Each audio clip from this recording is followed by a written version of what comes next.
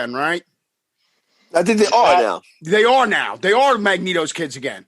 It was yes. It was first they were, then they weren't, then they weren't again. To my knowledge. Okay, at a certain point, I've just started to keep my own continuity, and I have not heard. I've not heard anything different other than they are his kids. I know that at one point they were parented by a gentleman in a Roma camp and raised that way. But then Django Maximoff. Maximoff. Yeah. Django is Django Maximoff. But I've always believed canonical that they are Eric Lenscher and Magda Lenscher's children. Okay. All right. I've not heard otherwise in recent retcons, but this is probably one of the reasons I haven't picked up a comic book in the past 15, 20 years. Well, it's I'm still reading new books. There was a recent Scarlet Witch series that was excellent, and of course, Tom King's recent Vision series is just one of the best things. It's one of the best comic book. I take it back. That I did pick up because of your Literate Nerds broadcast. That was very good. That was an exceptional read. Disturbing AF, but exceptional. Yeah. That's Tom King recently, which Mitch Gerads did the art. And they're good art too. Yeah, they're an incredible team. And the premise is that Vision wants to become the Avengers liaison to the White House and start a family. So he builds a family and moves to Washington, D.C. with his wife and his 2 kids and their dog, Sparky. So that's something that they took from the comics, at least Sparky's name in WandaVision in the series. Oh, wow. I didn't know that. Yeah. And I should have known that, but I missed that. Yeah. All right. And so obviously the Vision was created by Ultron in the comic books. In the comic books, Ultron was not created by Tony Stark, it was created by Hank Pym. But anyway, Ultron takes the corpse or the lifeless body of the original Human Torch, who was also an android, and implants Simon Williams, who was Power Man, who was deceased. Wonder Man. Sorry, deceased at the time. And basically used his brainwaves to give the Vision a new mind and built these new powers and sent him to destroy the Avengers. And of course, the Vision, was, it's a sensitive dude. He's like, I can't do this. And then eventually the Vision and the Scarlet Witch became a couple, and it's obviously they're an allegory for inter-ethnic marriages. So, all right. So let's talk about our favorite issues that built up to this. I mean, obviously there's the Knights of Wonder series, which was written by Michelini, right, Mark? I believe so. I actually gave those issues to Levi. Oh yeah, I'm looking at it right present. now. Yep, David as a Michelini, present. Yep.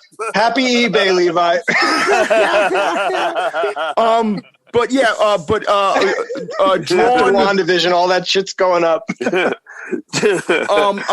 obviously drawn by John Byrne. And Levi, yes. You were saying that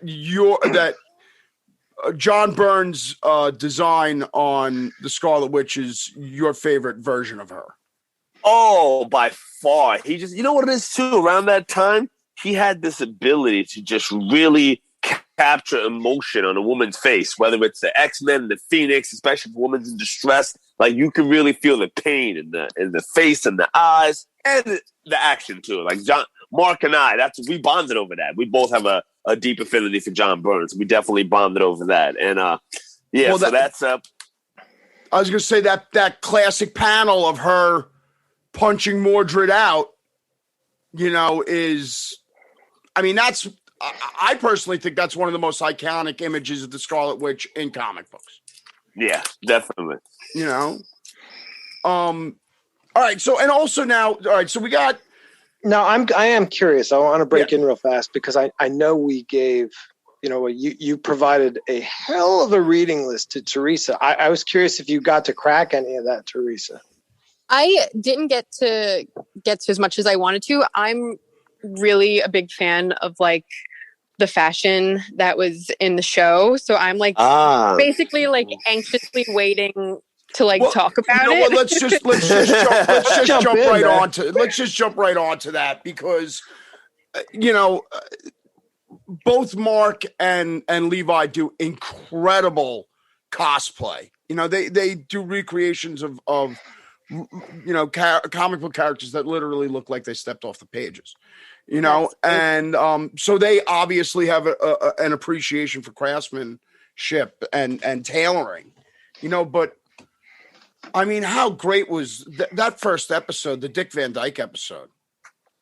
So a little about me. I was a pinup model and I have personal interest in history, particularly the 40s and the 50s.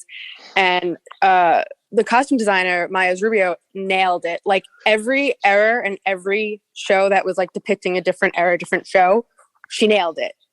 And I was reading about how she, would pick like fabric that was period appropriate and she'd only have so much of it. And the 70s outfit was Wanda's pregnancy outfit. She used fabric from the 70s, only had 30 meters and had to just like make it work. Wow. So I just thought that she did a phenomenal job. And the first episode, which was very like Dick Van Dyke, I Love Lucy, she nailed it, like out of the park. The outfits, the wedding dress and the suit that Vision wore, they made from scratch. So I loved every second of it. It's just the fashions that you go through the eras, and you see that they obviously just the first episode is Dick Van Dyke, the second episode is Brady Bunch. Well, they if I'm not mistaken, they did 2 black and white episodes, and the time period shifts ever so slightly. And it's because, and I told it not from the clothing, but from Wanda's hairdo when she came in with the Mary long hair, where it was kind of more coiffed at the first episode. That's where I kind of realized, we've shifted it was what I really appreciated about those visuals was that ever so brief jump of it might not have even been 2 years. I don't know, Theresa, what do you know more of what the clothing styles they pivoted to? So interesting, because Wanda's outfit, she was wearing pants like slacks, and I believe it was Monica that even made a comment that was like, look at you wearing pants. Like it was probably more like mid to late 60s when it was like more seen of women wearing pants. Mary Tyler Moore was very famous for wearing the cigarette pants on the Dick Van Dyke Show. She was, but it wasn't it wasn't as, I don't want to say, I'm trying to find the right words. You just didn't see it as much. And I thought that was a really interesting, the way that they pointed it, obvious.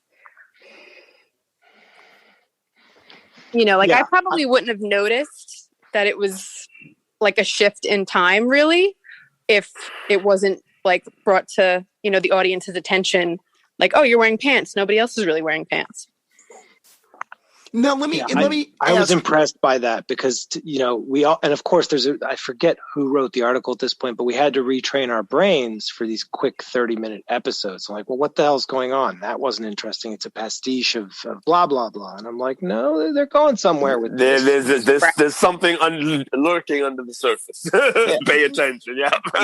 Anybody that watched that first episode and wasn't like, there's obviously something going on. This is not a sitcom, people. I mean, people are like, what's going? Is this a sitcom? It's like, have you guys? It's not like it was even a spoiler. They literally spoon feed that to you in the previews. Yeah. So you already knew something was going on. There was a virtual reality. Who was controlling it? You knew all of that from the previews. Yeah. It was down to the execution and how they drew everything out. And the show turned a corner at some point. It kicked into high gear. It became a Marvel Cinematic Universe, but up until then, I enjoyed the slow, measured build.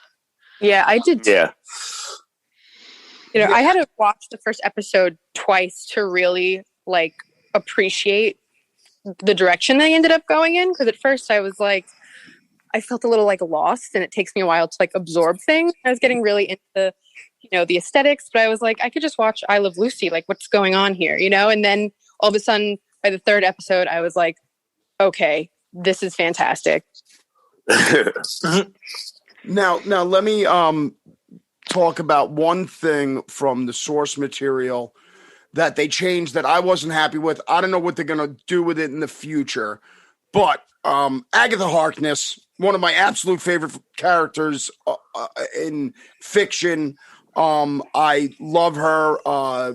For folks familiar with the comic books, she was originally the nanny for the Fantastic Four for their son Franklin, who was an incredibly powerful a being. Franklin was the most powerful being in the Marvel universe for a long time. And I loved Catherine Hahn. She's so good. She's so good as Agatha Harkness. But having Agatha Harkness be just straight up villain, kind of I was kind of hoping they were going to be Agatha Harkness is I'm trying to help break you out of this, but we got to keep you from, destroying the world with your power. Patrick, sometimes I think, because the MCU is a very curious animal, sometimes you'll get an origin story or a patterned story straight out of the books, panel for panel. And I'm talking Tony Stark in the Cave. I'm talking Steve Rogers and Project Rebirth. Yep. And then as the series goes on, and it's part of what I loved about the series, you can't, even in 10 years of films, you can't put 80 years of history. But they very deftly weave in things. Maybe we see Hank Pym's original Ant-Man design in one shot, or we did see the original Human Torch we saw the Human Torch at the World's Fair at the first Stark Expo. Yeah, and Captain my point America. Is everything still happens that happened in the comics. It's just reordered and it's gently put in a different way, or it's reinterpreted. Agatha is probably one of the clumsier things, because they could have basically taken anybody. They just used the name Agatha Harkness. Yeah, basically. And they needed a foil. They needed a foil in some sense, Well, I definitely think that Catherine Hahn's going to be back around. I mean, I think I think it's pretty obvious she's going to be in Doctor Strange, Multiverse of Madness. For. But I understand your frustration, because she's this kindly old lady who's helping. Well, I also Franklin. love that she's guiding Wanda. She's not a foil against Wanda, and that's in the books. But we've also learned book does not cannot equal film. Yeah, absolutely. But the thing I love about Agatha Harkness, she's a kindly old lady to the kids. But she's terrifying. Ben Grimm is terrified of her. Yes. She's fucking scary. She's, well, because she's also, Agatha Harkness it's also this old lady. It's an aspect of her. Yeah. It's like her familiar. She doesn't always have that. I've seen her also rip off that face and become something terrifying. And that's what made her cool. Yeah. So when I say they just took that name and popped it on a villain, that's what that is disappointing if you love that character. I never was particularly tied to I can tell you chapter and verse every time she's appeared where it's been monumental to me in the books as a reader, but I'm not as attached to the character. Also, I've had a long-standing crush on Catherine Hahn, and I think she's crazy.